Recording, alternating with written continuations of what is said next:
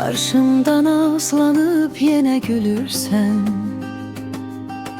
bilsen gülüşlerin neye benzeyir. Mən desem artıdı özün bilirsen, lale yarpağında şehe benzeyir. Senin gülüşlerin bir rüzgar kimi, eserken arzumun gülü açılır. Gülse dodakların ulduzlar kimi, ruhuma bir serin ışık saçılır. Söyle güzellerin dodaklarından, bu oynak gülüşler umulmuş mudur?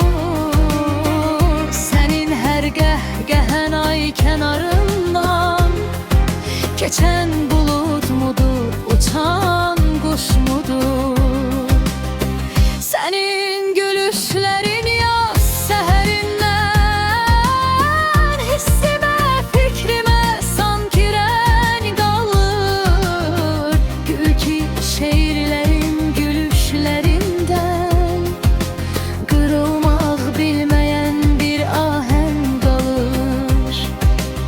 Sen güldüğün zaman bu şad günümde, açılır karşımda, canlanır bahar. Bazen başucumda, bazen önümde, şimşeklerim çakar, sularım akar. Cahan ki solmayan bir bahçe bağdır, burada reva mıdır gülmeden ölmek?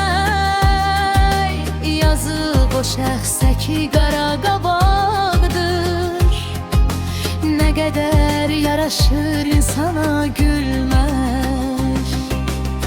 Söyle